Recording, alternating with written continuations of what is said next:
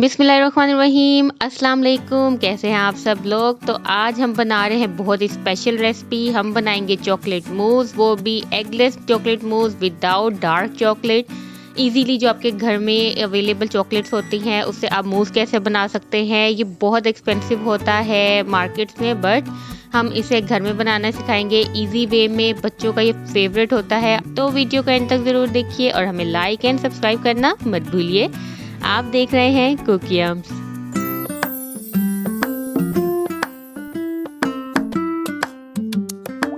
Chocolate mousse बनाने के लिए हमने यहाँ पे चॉकलेट हम ले रहे हैं डेयरी मिल्क। आप कोई भी चॉकलेट ले सकते हैं, लेकिन हम इसको बताते हैं मेल्ट करने का तरीका। उसके लिए आपने क्या करना है, सबसे पहले इसको ग्रेट करना है, यानी इसको कश करना है। चाहे आप मैनुअली कर लें, चाहे आप जो है वो ग्रेटर में कर लें, जैसे मर्ज़ी आप कर लें। और ये देख लीजिए, ये हमने 150 ग्राम जो है चॉकलेट वो ली और ये कितने अच्छे तरीके से ग्रेट हो चुकी है। अब हम इसको एक बोल में ऐड करेंगे और उसके बाद अब हम इसमें ऐड करने जा रहे हैं मिल्क हम बहुत कम ही इसमें ऐड करेंगे, यानी आप समझ लीजिए कि क्वार्टर कप जो है या 100 ml जो है हमने मिल्क के इसमें ऐड किए हैं, क्योंकि इसको मेल्ट करना होता है। और साथ ही हम इसमें कोको पाउडर ऐड कर रहे हैं। अच्छा, कोको पाउडर जो है वो ऑप्शनल है, लेकिन इससे कलर बहुत अच्छा आ जाता है। अगर आपके पास चॉकलेट कम हो तो आप कोको पाउडर भी ज़्यादा ऐड कर सकते हैं, और अगर आपके पास चॉकलेट ना हो तो आप जस्ट कोको पाउडर और मिल्क भी ऐड कर सकते हैं। ठीक है, यानी ये अल्टरनेटिव्स हैं, लेकिन आपको आगे बताते हैं कि इसमें शुगर का सिर्फ थोड़ा सा ख्याल रखना पड़ता है। हम इसमें बहुत ज़्यादा चॉकलेट ऐड नहीं कर रहे। हमने जो आपको दिखाया था पैक, उससे जस्ट हमने हाफ जो है वो ऐड किया था और इसको हम अच्छे तरीके से मिक्स कर रहे हैं इस तरह। और अब हम क्या करेंगे, इसका सेकंड स्टेप कि हम इसको माइक्रोवेव कर लेंगे। हम इसको माइक्रोवेव करेंगे ताकि ये हीट अप हो और ये मेल्ट हो जाए। हमने 30 सेकंड के लिए जस्ट इसको माइक्रोवेव किया है, क्योंकि इसके अंदर जो चॉकलेट है वो बहुत पहले ही जो है वो बारीक है, यानी ग्रेट की हुई है। तो इस वजह से ये इजीली देखें मेल्ट हो गई और इसमें मिक्स हो गई। अब हम क्या करेंगे, अब हम इसको बीट करेंगे ताकि ये थोड़ा सा फ्लफी हो जाए, और फिर हम इसमें साथ साथ जो है वो आइसिंग शुगर जो है वो भी ऐड करेंगे। जैसे आपको पहले बताया कि हमने इसमें कोको पाउडर जो है वो ऐड किया है। कोको पाउडर क्योंकि फीका होता है, वो जैसे चॉकलेट पाउडर होता है, तो उसके लिए हम जो है इसमें शुगर ऐड कर रहे हैं। हमने तकरीबन 3 to 4 टेबलस्पून आइसिंग शुगर के इसमें ऐड करने हैं और साथ साथ हम इसको ब्लेंड करते जाएंगे इस तरह। अच्छा, आपको जैसे बताया कि अगर आपके पास चॉकलेट अवेलेबल ना हो तो आप जस्ट कोको पाउडर भी यूज़ कर सकते हैं। तो ऐसी सूरत में जब आप चॉकलेट बिल्कुल यूज़ नहीं कर रहे तो आप आइसिंग शुगर का इस्तेमाल ज़्यादा करेंगे। ठीक है, और अगर आपके पास कोको पाउडर नहीं है, अच्छा, साथ हमने इसमें थोड़ी सी क्रीम ऐड कर दी। आपको क्रीम का बताया था कि एक पैकेट जो है वो क्रीम इसमें ऐड करनी है, तो हमने उसमें से तकरीबन 3 to 4 टेबलस्पून क्रीम इसमें ऐड कर दी ताकि ये थोड़ा सा फ्लफ़ी हो जाए।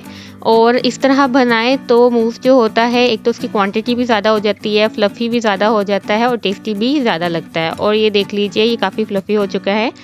अच्छा, और सेकंड बात जो आपको बता रहे थे कि अगर आप जस्ट चॉकलेट ही यूज़ कर रहे हैं और कोको पाउडर नहीं यूज़ कर रहे तो फिर आप चॉकलेट ज़्यादा यूज़ करेंगे। ठीक है, और अगर आप दोनों का कम्बिनेशन करेंगे तो उससे एक जो चीज़ जो हमने की है उससे यह है कि इसका कलर बहुत अच्छा आता है, जो प्रोफेशनली आता है उसमें ये दोनों चीज़ें ऐड की जाती हैं। और ये देखिए कितना अच्छा और फ्लफ़ी सा हमारा मूस जो है वो बन गया है। अब हम क्या करेंगे, बाकी जो क्रीम है उसको हमने बीट करना है। ठीक है, ये बिल्कुल रेडी हो गया है। इसको हम फ्रिज में रख देंगे क्योंकि ये अभी जो है गर्म है, हमें ये ठंडा चाहिए। तो इसको चिल करने के लिए हम इसको फ्रीज़र में हाफ एन आवर के लिए रखेंगे, या फिर आप फ्रिज में रख रहे हैं तो आप इसको 6 to 8 आवर्स तक जो है वो फ्रिज में रखेंगे। देखिए, अब हम इसको मज़ीद थोड़ा सा बीट कर रहे हैं ताकि ये जितना फ्लफ़ी हो जाए फ्रिज से में रखने से पहले तो उतना ही बेहतर है। और आप एक चीज़ नोटिस करें कि इसका कलर जो है वो थोड़ा लाइट होता जा रहा है।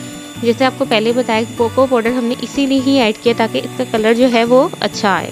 जो रिमेनिंग क्रीम थी ये हमने एक बॉल में ऐड की। अच्छा, जो क्रीम है वो आपकी चिल होनी चाहिए। और अब हम इसको अच्छे तरीके से बीट कर देंगे, क्योंकि जो मूस होता है वो काफ़ी चॉकलेटी और क्रीमी होता है। ठीक है, तो उसके लिए हम क्या करेंगे कि इसको फ्लफ़ी करना है। हैंड बीटर की जगह इलेक्ट्रिक बीटर इज़ बेटर, क्योंकि अगर आप हैंड बीटर से जितनी भी कोशिश करें लेकिन वो उतना फ्लफ़ी नहीं हो सकता जितना कि इलेक्ट्रिक बीटर से होता है। और ये देख लीजिए, अब हम क्या करेंगे कि चॉकलेट हमने जो फ्रिज में रखी हुई थी उसको हम निकालेंगे और इसमें थोड़ा थोड़ा करके ऐड करते जाएंगे और इसको अगेन इसमें ब्लेंड करते जाएंगे ताकि ये अच्छे तरीके से मिक्स हो जाए। ये देख लीजिए, हमने एक साथ ऐड नहीं करनी बल्कि थोड़ा थोड़ा करके ऐड करनी है ताकि इसमें अच्छे तरीके से मिक्स हो जाए और साथ साथ इसका जो है वॉल्यूम जो है वो भी बढ़ता जाए। और ये देखिए कितना प्यारा कलर आ रहा है और थिकनेस भी आपको फील हो रही होगी कि ये कितना थिक होता जा रहा है। अच्छा, इसकी थिकनेस कहाँ से पता चलती है कि जब ये वेव्स बन रही हैं तो इसका मतलब ये है कि इसके छींटे नहीं पड़ रहे और वेव्स बन रही है तो ये थिक होता जा रहा है।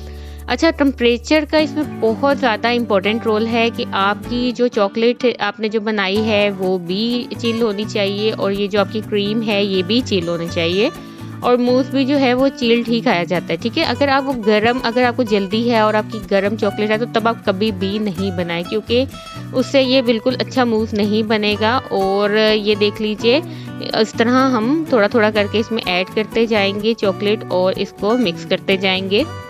अच्छा, चॉकलेट जो है आपको बताया कि थोड़ी थोड़ी करके ऐड करनी है, एक साथ नहीं करनी क्योंकि चॉकलेट जो है वो ज़्यादा लिक्विड है, ठीक है। तो हमें जो मूस है वो बहुत ज़्यादा पतला नहीं चाहिए, इसलिए आपने ये लाजमी ध्यान रखना है कि इसकी जो कंसिस्टेंसी है ना वो थिक होनी चाहिए, वो जो है वो लिक्विड में नहीं होनी चाहिए।